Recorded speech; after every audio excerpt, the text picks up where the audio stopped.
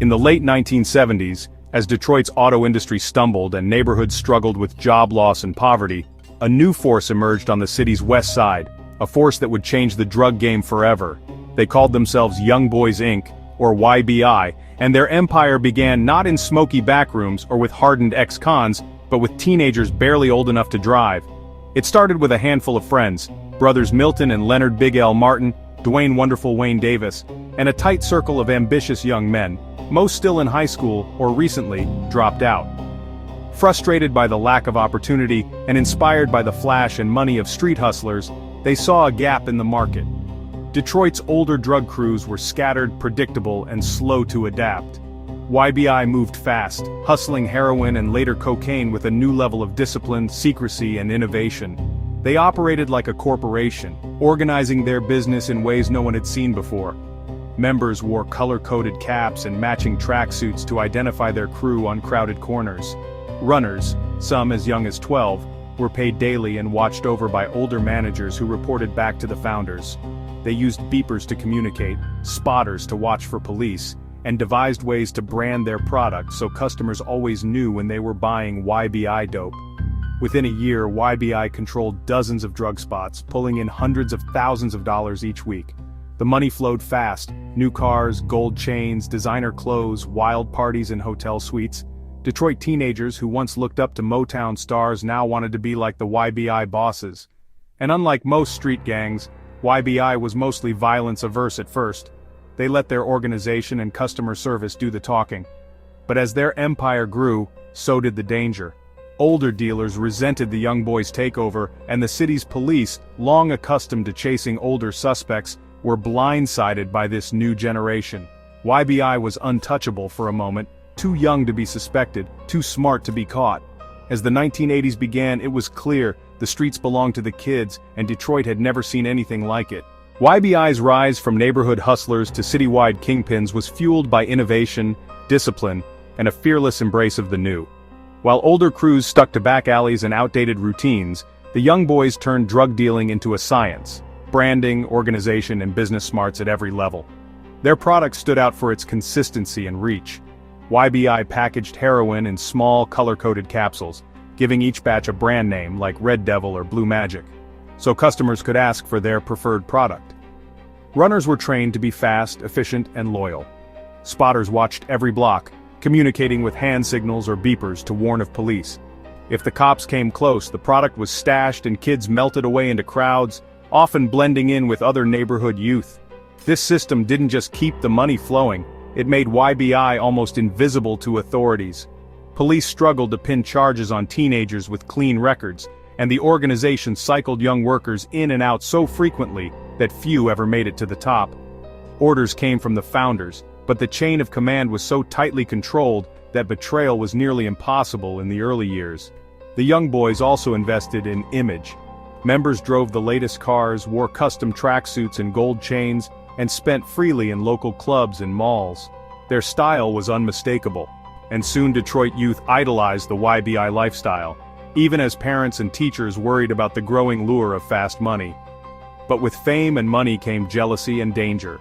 Rival crews pushed off lucrative corners, started fighting back. Street battles flared across Detroit's west side, and YBI leaders began to realize that violence was sometimes the only way to keep their grip on power. As the city's newspapers started reporting on the teenage drug lords of Detroit, the police ramped up their efforts, and the stakes for the young boys grew higher with every passing day. What had started as a teenage hustle was now a full-blown empire, and the city was watching, waiting to see just how far YBI's ambition would take them, or how violently it all might end.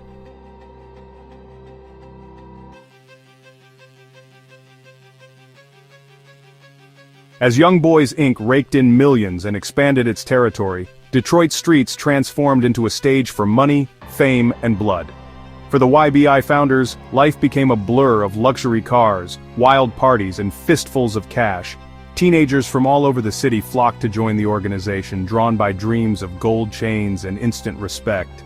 YBI bosses, some still in their late teens, became local celebrities, their names whispered in clubs and on street corners with a mix of awe and fear.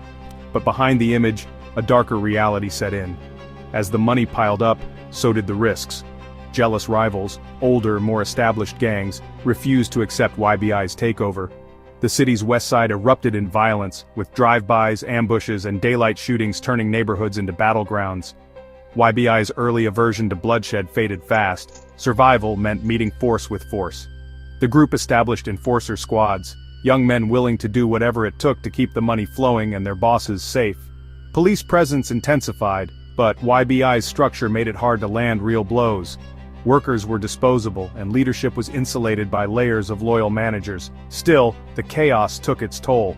Some members fell to street justice, others to their own crew's suspicion of disloyalty or skimming profits. The lure of quick money proved deadly for more than a few teens who got in over their heads. Meanwhile, the parties grew more extravagant.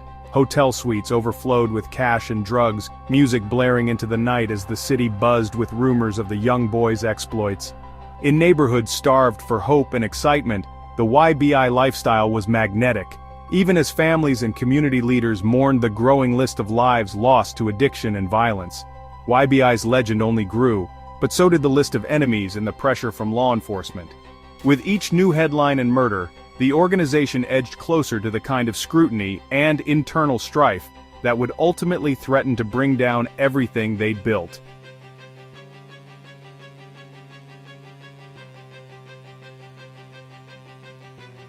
By the early 1980s, Young Boys Inc. had become both Detroit's most admired and most feared crew. Their territory stretched far beyond the West Side, and their leadership watched the money and violence multiply.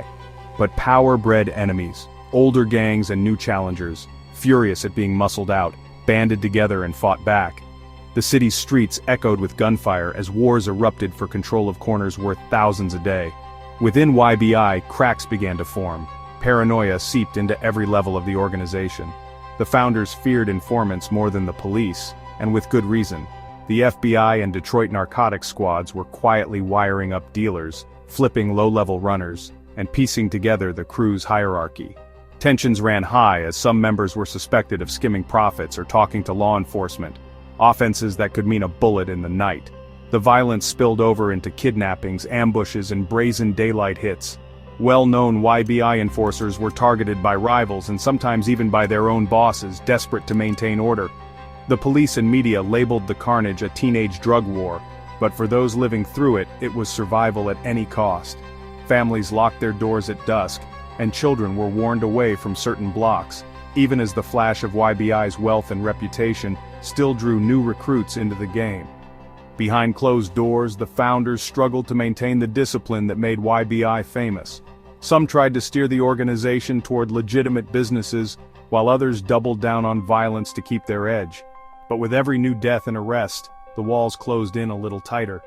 As police closed ranks and headlines shouted about the fall of Detroit's drug kids, the fate of Young Boys Inc. hung in the balance. The era of fast money and invincibility was ending, and everyone in Detroit knew that something was about to give.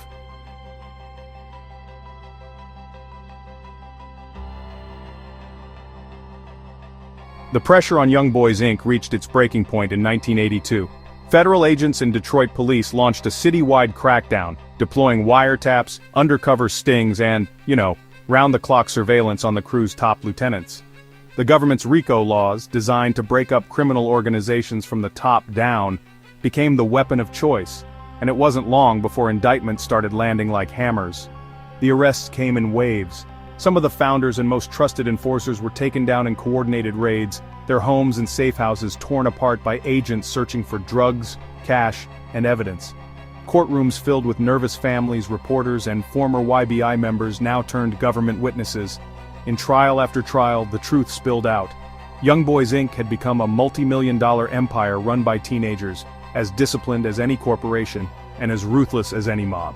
In gripping testimony, prosecutors described how the organization kept tight control over its workers, moved massive amounts of heroin across city lines, and used coded language, pagers, and an army of spotters to evade law enforcement. The jury heard stories of street-corner discipline, of runners fired or beaten for minor mistakes, of rivals killed for daring to compete, of fortunes made and lost in a single day. YBI's image as glamorous street kings was shattered in public, replaced by the reality of a syndicate built on fear, betrayal, and violence. The convictions were sweeping. With many of the leaders sentenced to decades behind bars, Young Boys Inc. fell apart almost overnight.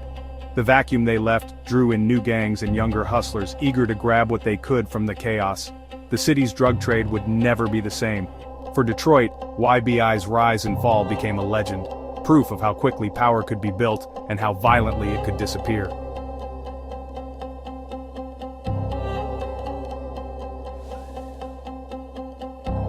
In the years after Young Boys Inc. collapsed, Detroit's streets were never the same.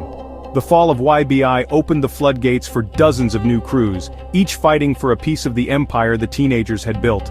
The chaos that followed was different, less organized, more violent, and honestly harder for police to contain.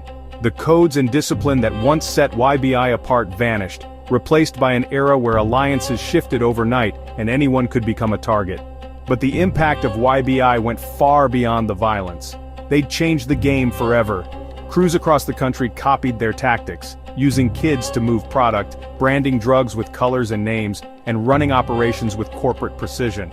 Even the city's law enforcement learned new lessons, adapting their strategies to focus on the networks and structures behind the street-level dealers.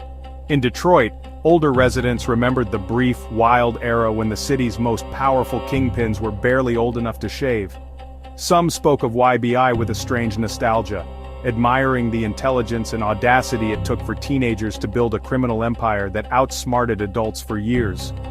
Others saw only the pain left behind, families broken, neighborhoods scarred by violence, and a generation tempted by dreams of fast money that usually ended in prison or death. In hip-hop and street culture, the legend of Young Boys Inc. lived on. Their story became a warning and a blueprint, a myth and a memory. For Detroit, it was a chapter that couldn't be forgotten, a reminder of how quickly power, ambition, and desperation could change a city's fate, and how the lessons of one crew would echo long after the last boss was gone.